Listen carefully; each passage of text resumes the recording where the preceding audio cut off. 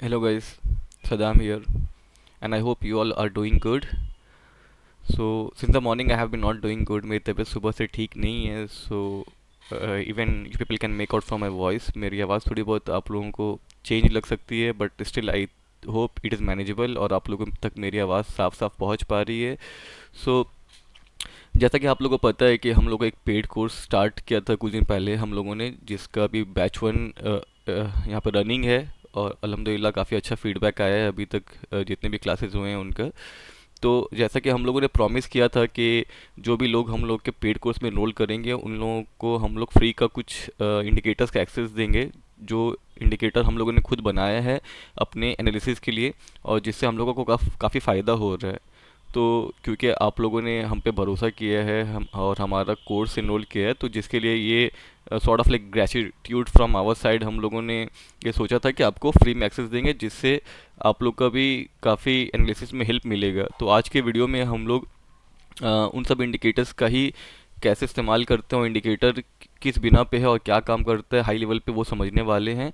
और उन सब इंडिकेटर को यूज़ करके आप अपने एनालिसिस में और कैसे बेहतर हो सकते हैं. So without any delay let's get started. So हम लोग का जो पहला इंडिकेटर है तो वो है 5 EMA स्ट्रेटजी के बेसिस पे.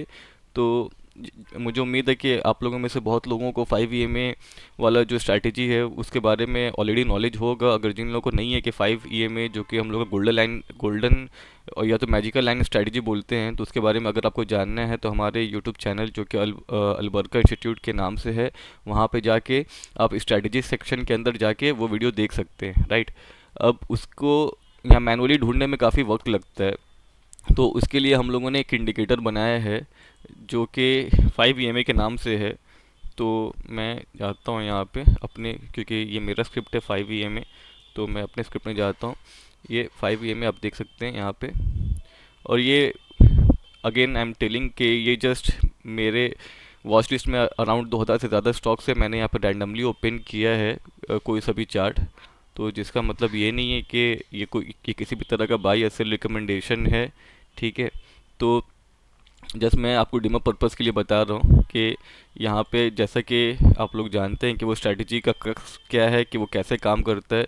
कि कोई भी अगर कैंडल ये 5 EMA लाइन के नीचे क्लोज हुआ, जिसका बॉडी का कोई सा भी पार्ट इसमें टच नहीं होता है, अगला कैंडल जो है इसके हाई को ब्रेक करता है, तो वहाँ पे मुझे सिग्नल मिलता है. राइट. तो ये आप देख सकते हैं कि यहाँ पे जो भी आउटसाइड कैंडल है वहाँ पे EMA बुलिश ओसी का मतलब आउटसाइड कैंडल लिख करके आ रहा है. और जब भी मेरा यहाँ पे इसका हाई ब्रेक हो रहा है वहाँ पे मुझे बाई का सिग्नल मिल रहा है.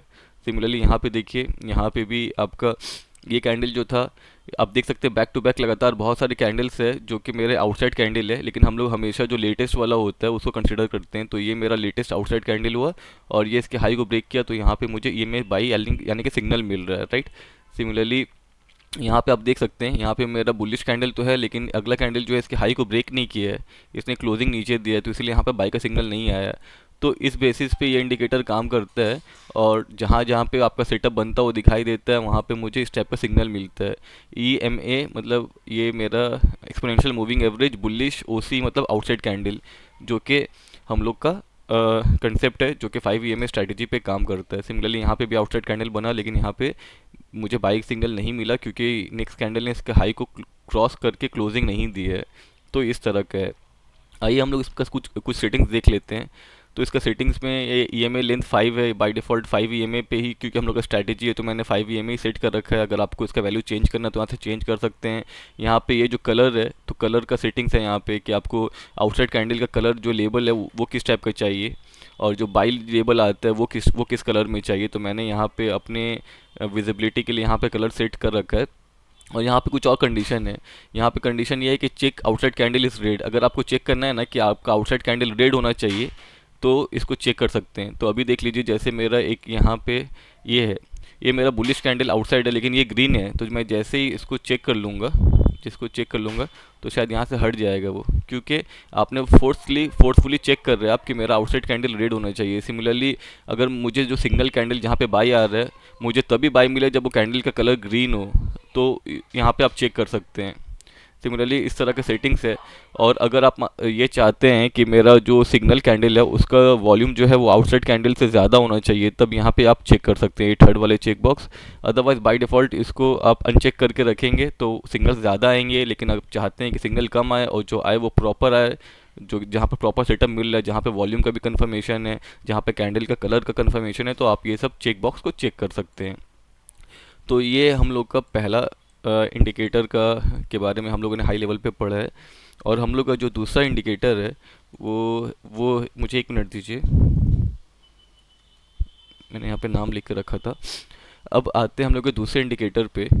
तो मैं रैंडमली कोई सा भी स्टॉक यहाँ से जेके टायर है यहाँ पे ले लेता हूँ। तो हम लोग का जो दूसरा इंडिकेटर है वो है कंसोलिडेशन जोन डिटेक्टर करके। तो लेट मी टाइप इन, ये मेरा एक कंसोलिडेशन जोन डिटेक्टर करके हम लोगों ने एक बनाया है। तो बेसिकली कंसोलिडेशन का मतलब क्या होता है? कंसोलिडेशन का मतलब होता है जैसे यहाँ पे एक मार्क किया और प्राइस एक छोटे से रेंज में ही फंसा हुआ है, तो इसको हम लोग कंसोलिडेशन बोलते हैं। हम लोग क्या बोलते हैं इसको? कंसोलिडेशन। तो ये इंडिकेटर का काम है कि जहाँ जहाँ पे इस तरह का कंसोलिडेशन हो रहा है वहाँ वहाँ पे मुझे सिग्नल देगा। और देखिए, तो मैं आपको यहाँ पे समझा देता हूँ कि मान लिया जाए कि कंसोलिडेशन कैसे काम करता है।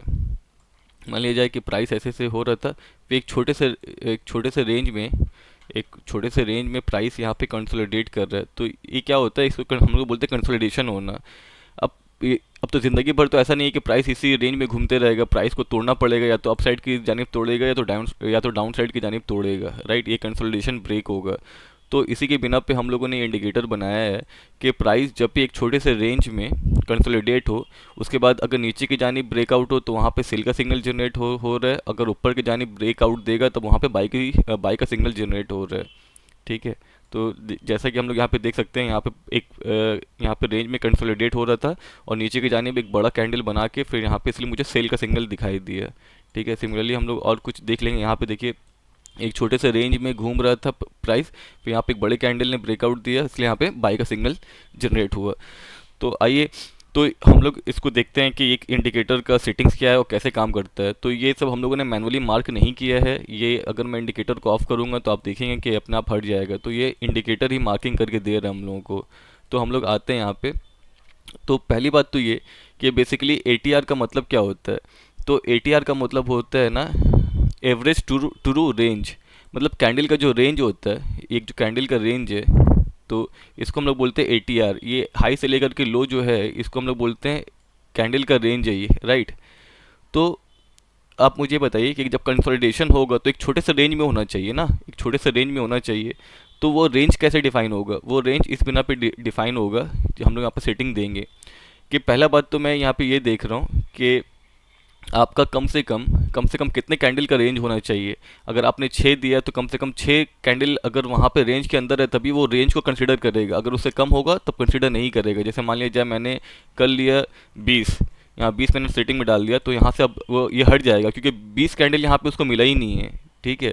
तो पहले तो मैं कैंडल का यहाँ पे लेंथ डिफाइन करूँगा कितना कैंडल चाहिए, और एटीआर मल्टीप्लायर मतलब कि ये जो पिछले 100 कैंडल का जो एवरेज रेंज है ना, तो उसके रेंज के हिसाब से कितना बड़ा रेंज होना चाहिए। मैंने डाला है 1.3। अगर आपको और ज़्यादा बड़ा रेंज चाहिए तो आप यहाँ से वैल्यू चेंज करके यहाँ पे 2 कर सकते हैं, तो आपका रेंज जो है वो रेंज बड़ा हो जाएगा। देखिए अभी रेंज काफ़ी बड़ा हो गया।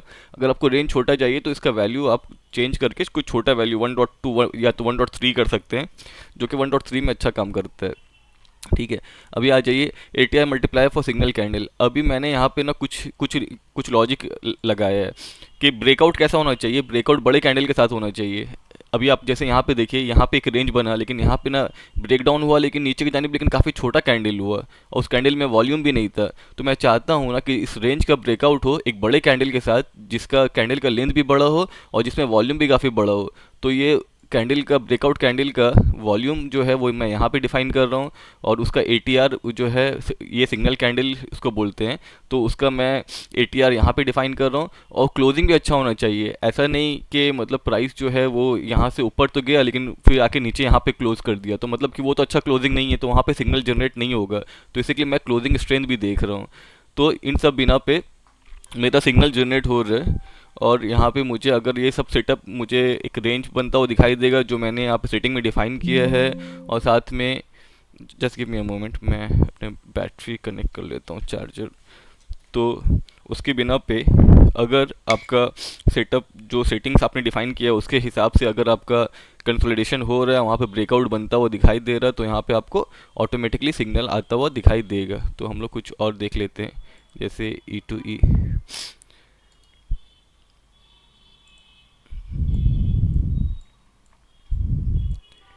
देखिए यहाँ पे है, यहाँ पे ऊपर की जानिब हुआ ब्रेकआउट, लेकिन जो कैंडल है वो काफ़ी अच्छा नहीं है। यहाँ पे देख लीजिए एक रेंज बना, यहाँ पे उसने ब्रेकआउट दिया। कैंडल का वॉल्यूम भी अच्छा है, कैंडल का एटीआर मतलब कैंडल का साइज़ भी अच्छा है, वॉल्यूम अच्छा है, क्लोजिंग भी अच्छा है, तो यहाँ पे उसने बाय का सिग्नल दिया। तो ये मतलब काफ़ी अच्छा काम करता है, आप इसको बैक टेस्ट करके देख सकते हैं। तो ये हम लोग का दूसरा इंडिकेटर था जो कि आप लोग को एक्सेस दिया जाएगा। अब आते हैं हम लोग अपने तीसरे कैंडल पे, तीसरे अ, तीसरे इसमें आते हैं इंडिकेटर के बारे में अब हम लोग समझते हैं। तो गाइस जो हम लोग का तीसरा जो इंडिकेटर जो है जिसका एक्सेस आप लोगों को दिया जाएगा, तो वो है इनसाइड बार के नाम से। ठीक है, तो मैं पहले आप लोगों को बता दे दूं कि इनसाइड बार क्या होता है। जनरली इनसाइड बार का कंसेप्ट ये होता है कि इनसाइड का मतलब क्या होता है, अंदर, राइट। तो एक कैंडल बना, एक यहाँ पे कैंडल बना, और अगले कुछ कैंडल जो है ना वो इसके बॉडी के अंदर ही बनता हुआ दिखाई दे रहा है। ठीक है, ये जो कैंडल है कैंडल के रेंज के अंदर ही बन रहे। अब जो इसका ब्रेकआउट होता है, या तो ऊपर की जानिब होगा ब्रेकआउट या तो नीचे की जानिब ब्रेकआउट होगा, तो उसी को बोला जाता है इनसाइड बार ब्रेकआउट, राइट। तो इसके लिए भी हम लोगों ने एक अपना कस्टम इंडिकेटर बनाया है जो कि काफ़ी अच्छा काम करता है। इस पर हम लोगों ने काफ़ी बैक टेस्ट भी किया है। तो let's get started and see that in the chart. तो अभी अब मैं देख लेता हूँ कि यहाँ पे आ कर के हम लोग इनसाइड बार के नाम से सर्च करेंगे। तो inside bar, my script inside bar. तो आप देख लीजिए कि इनसाइड बार यहाँ पे है। मतलब एक ये जो ग्रीन कलर का जो कैंडल बना है ये काफ़ी बड़ा है, इसके अंदर में बैक टू बैक तीन चार कैंडल इसके बॉडी के अंदर ही है। फिर नीचे की जानिब इसने ब्रेक डाउन दिया है, लेकिन यहाँ पे सिग्नल जनरेट क्यों नहीं हुआ, क्योंकि यहाँ पे भी सेम हम लोगों ने वो कंसेप्ट लगा रखा है कि ब्रेकआउट जो होगा ना तो उसका स्ट्रेंथ कैसा होना चाहिए, वो उसका एटीआर मतलब कैंडल का साइज़ बड़ा होना चाहिए, उसका क्लोजिंग अच्छा आना चाहिए, वॉल्यूम अच्छा आना चाहिए। ये सब चीज़ें हम लोगों ने एडिशनल ऐड इसलिए किया क्योंकि इससे हम लोग का सिग्नल स्ट्रांग होता है। ऐसा नहीं कि कोई छोटा मोटा कैंडल पे हम लोग को सिग्नल मिल रहा है, सिग्नल कम मिलेगा लेकिन अच्छा मिलेगा हम लोगों को, राइट। तो इसके सेटिंग्स में हम लोग जाके देखते हैं कि मिनिमम इनसाइड बार कि आपको कम से कम कितने कैंडल चाहिए इनसाइड बार में। तो यहाँ पे 3 लिखा है हम लोगों ने, तो मतलब कम से कम 3 कैंडल होगा। सिमिलरली ये क्लोजिंग मतलब कितने परसेंटेज आना चाहिए, ये जो ब्रेकआउट कैंडल होगा तो उसका एटीआर कितना होगा। तो इस तरह से हम लोगों ने डिफाइन कर रखा है सेटिंग्स पे। तो यहाँ पे आप आइए हम लोग कुछ और देखते हैं। जेके टायर में देख लेते हैं इनसाइड बार में। तो ये देखिए ये इतना बड़ा कैंडल बन गया। अगर इतना बड़ा कैंडल बन गया तो इसके अंदर तो बहुत सा इनसाइड बार आएगा, तो इसको हम लोग इग्नोर करेंगे। अभी जैसे यहाँ पे देख लीजिए, यहाँ पे सिमिलरली एक कितना बड़ा रेंज बन गया था। तो अगर कैंडल का रेंज काफ़ी बड़ा है तो उसके अंदर ऑब्वियस सी बात है काफ़ी सारा आपको कैंडल बनता हुआ दिखाई देगा, लेकिन इसको हम लोग यूज़ करेंगे ऐसे सेटअप में जैसे यहाँ पे कैंडल बना, फिर यहाँ पे नीचे इनसाइड बार यहाँ करके लिखा हुआ आएगा। और सेटिंग्स में यहाँ पे कलर आप चेक कर सकते हैं, मैंने जोन का कलर यहाँ पे ब्लू कलर का डिफाइन किया है। तो यहाँ पे जहाँ जहाँ पे इनसाइड बार बनेगा, अब ये आप जैसे देख लीजिए यहाँ पे 3 मैंने किया था, तो यहाँ पे 1 2 3 कैंडल थे। अगर मैं अभी यहाँ 5 कर दूंगा तो ये जोन यहाँ से हट जाएगा, क्योंकि 5 कैंडल ना इस जोन के अंदर नहीं आ रहे इनसाइड के अंदर, राइट। तो ये हट गया अभी, लेकिन इसके अंदर 5 आ रहे हैं, 1 2 3 4 5। यहाँ पे उसने ब्रेकआउट दिया लेकिन यहाँ पे सिग्नल नहीं आया, क्योंकि यहाँ पे जो मेरा पैरामीटर था थोड़ा टाइट है यहाँ पे इसका, इसी के लिए नहीं आ रहा है। आप यहाँ पे आके सेटिंग्स में चेंज भी कर सकते हैं। ATR multiplier, volume multiplier 0.1 30।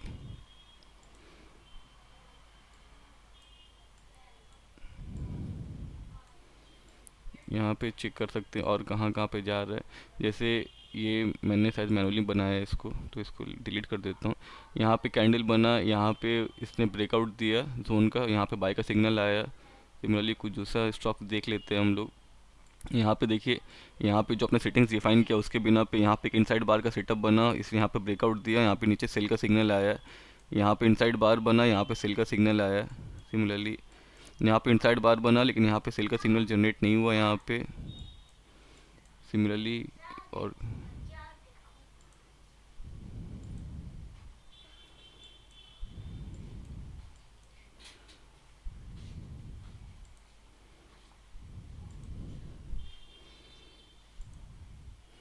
Gas again मैं बोल रहा हूँ कि यहाँ पे मेरे वॉच लिस्ट में बहुत सारे स्टॉक्स है, मैं यहाँ पे रैंडमली डिसाइड करके दे रहा हूँ। यहाँ पे आप देख सकते हैं यहाँ पे इतना बड़ा कंसोलिडेशन जोन हो रहा था, यहाँ इनसाइड बार, ये बार के अंदर ही सारे कैंडल्स बने थे, फिर यहाँ पे ब्रेकआउट हुआ तो यहाँ पे सेल का सिग्नल जनरेट हुआ।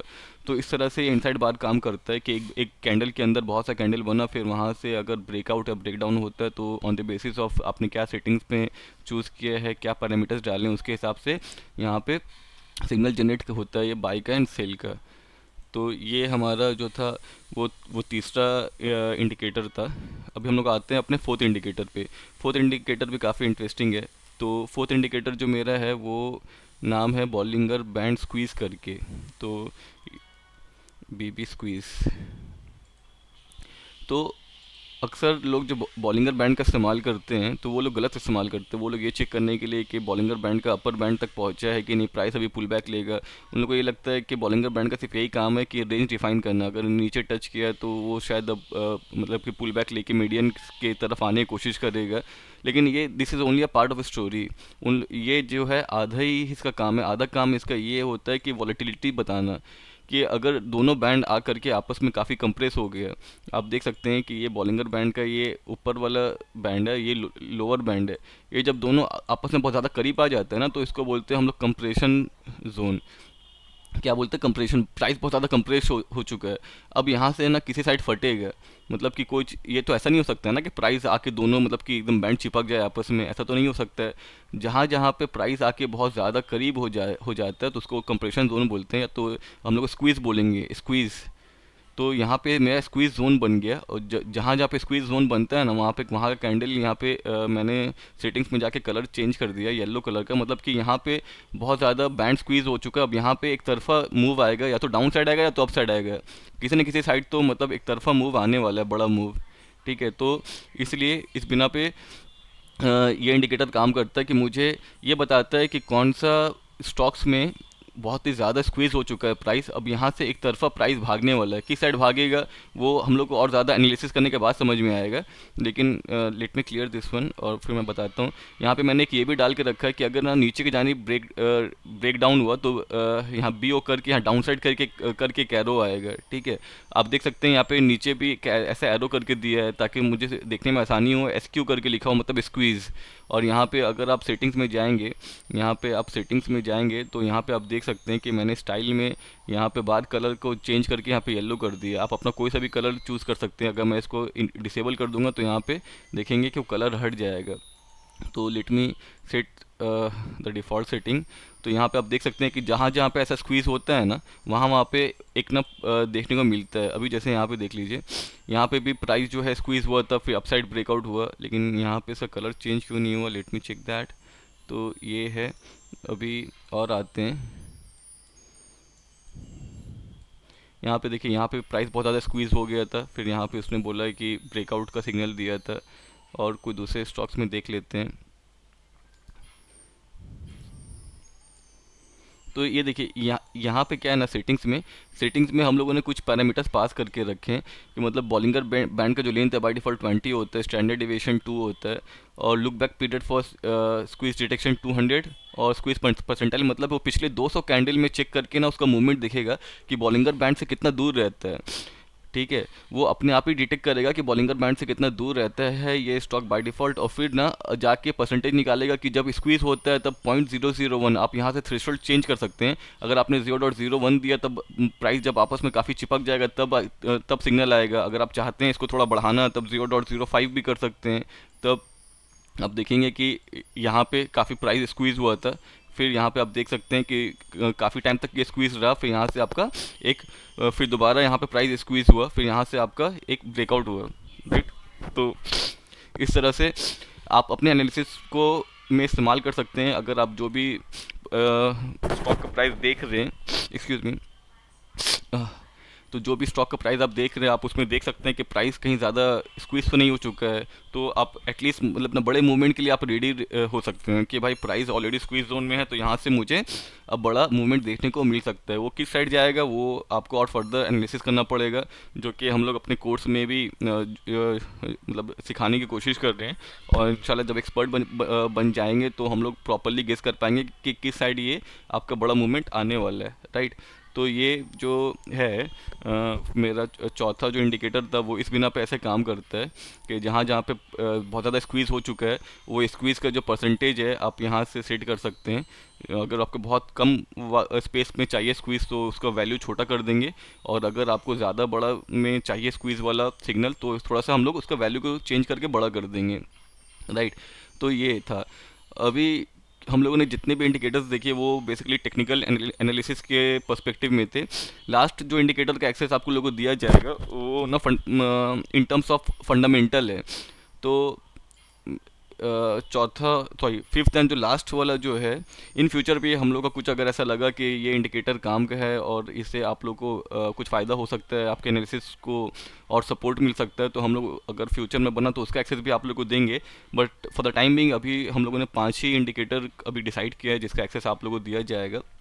तो ये जो पांचवा जो इंडिकेटर है तो उसका नाम है सीजनलिटी करके। ये तो नहीं है, ये शायद माई स्क्रिप्ट में जाने के बाद सीजनलिटी, हाँ ये, let me refresh this. I think ये मैंने इसको सेव किया था लेकिन दिख नहीं रहा है, तो एक बार रिफ्रेश करके पेज देख लेते हैं। और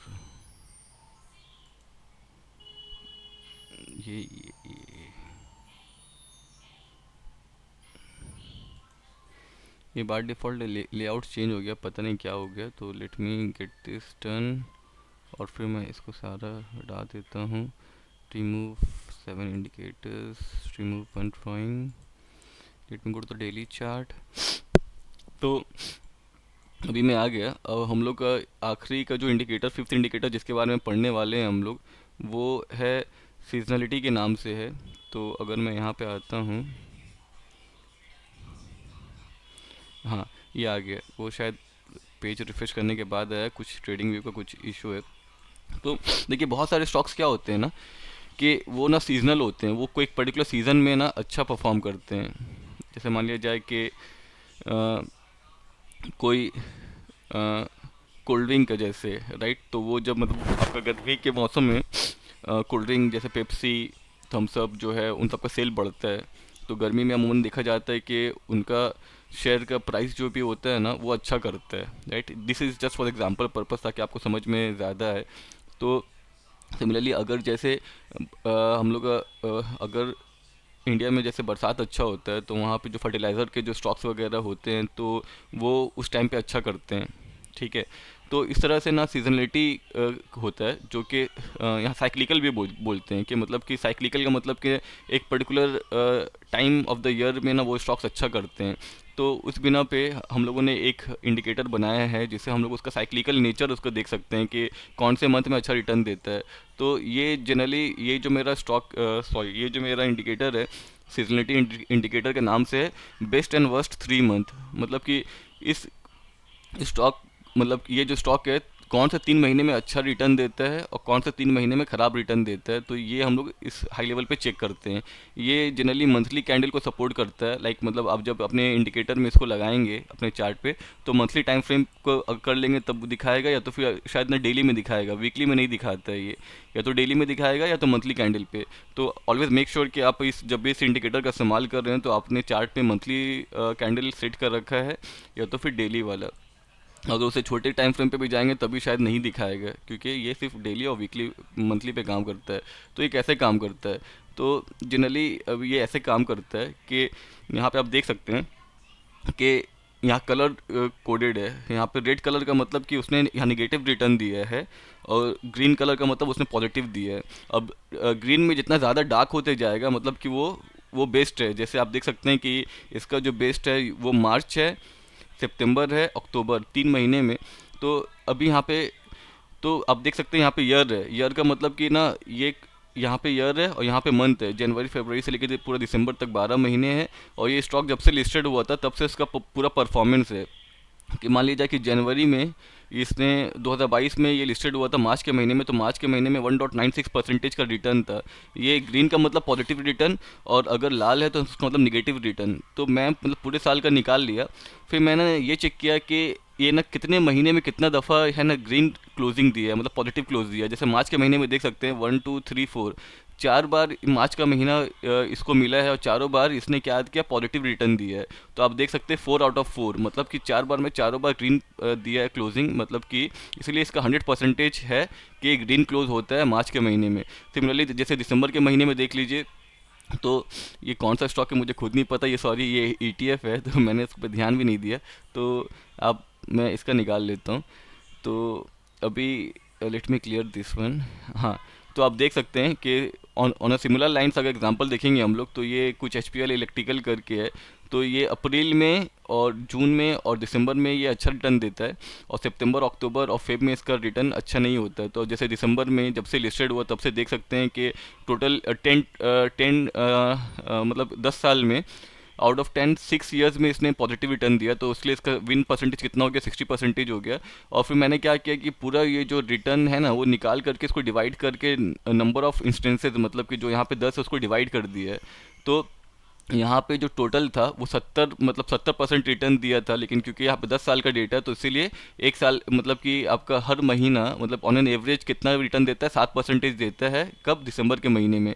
तो इसके बिना पे ये 7% है, यहाँ पे 11% है और 6% है। जो टॉप का 3% है उसको मैंने ग्रीन कलर से हाईलाइट किया है। और जो वर्स्ट, जो सबसे ख़राब जो महीना है इस स्टॉक के लिए, वो यहाँ -1.4%, -5% और 0.2%, ये तीन सबसे निगेटिव वाला है, जो इन 3 महीने में ये स्टॉक अच्छा नहीं करता है, राइट।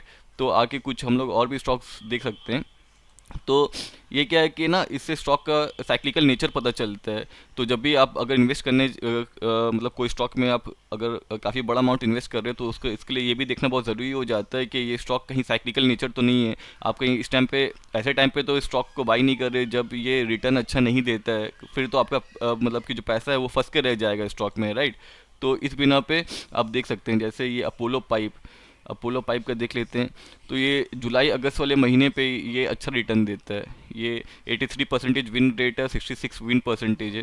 क्योंकि अमूमन जुलाई अगस्त का महीना होता है वो शायद मतलब गर्मी का महीना होता है, और उसमें कंस्ट्रक्शन का काम ज़्यादा होता है, राइट। बरसात वगैरह में तो ज़्यादा कंस्ट्रक्शन रुक जाता है।